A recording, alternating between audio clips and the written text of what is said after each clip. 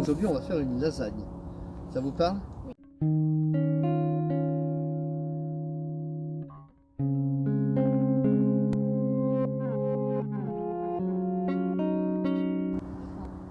Lasagne.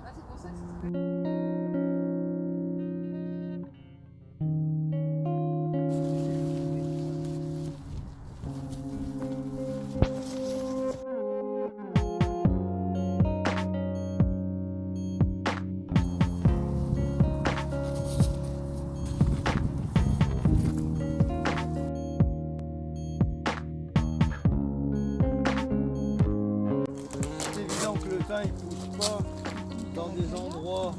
il pousse pas dans des endroits, extrêmement riches, hein. Mais si tu leur mets une terre riche, tu vas voir que les plants vont se développer 2 fois mieux.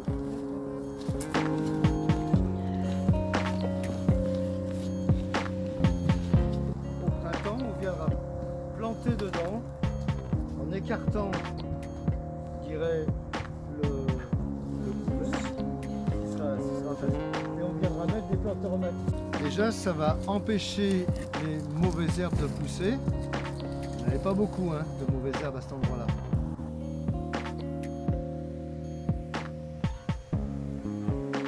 Maintenant, on va recouvrir avec du verre.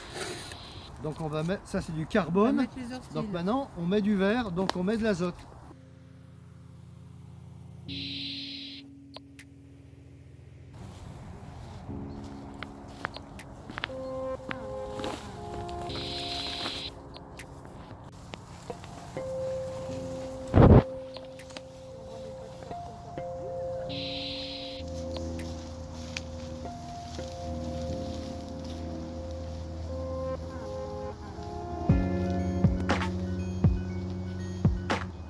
C'est pas bien compliqué, hein. Avec un râteau, on va ratisser les feuilles qui sont sur le chemin ici.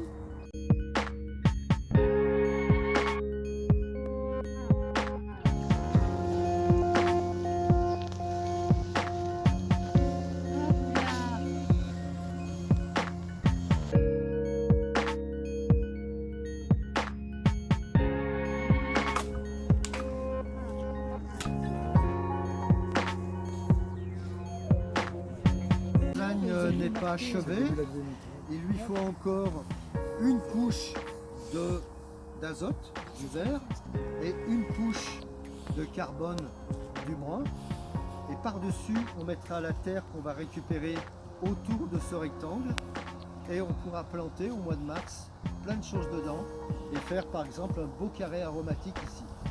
Voilà, et on verra plus les couches. Elles auront été absorbées par les vers de terre qui auront tout dévoré.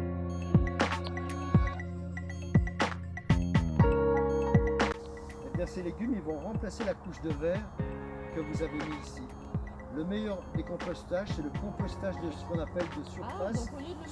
Au lieu de le mettre dans le bac à compost, parce que lorsque tu fais un compost, finalement, tu n'as que 10% d'efficacité du résultat que tu obtiens. Et ça retient l'eau. Et ça retient.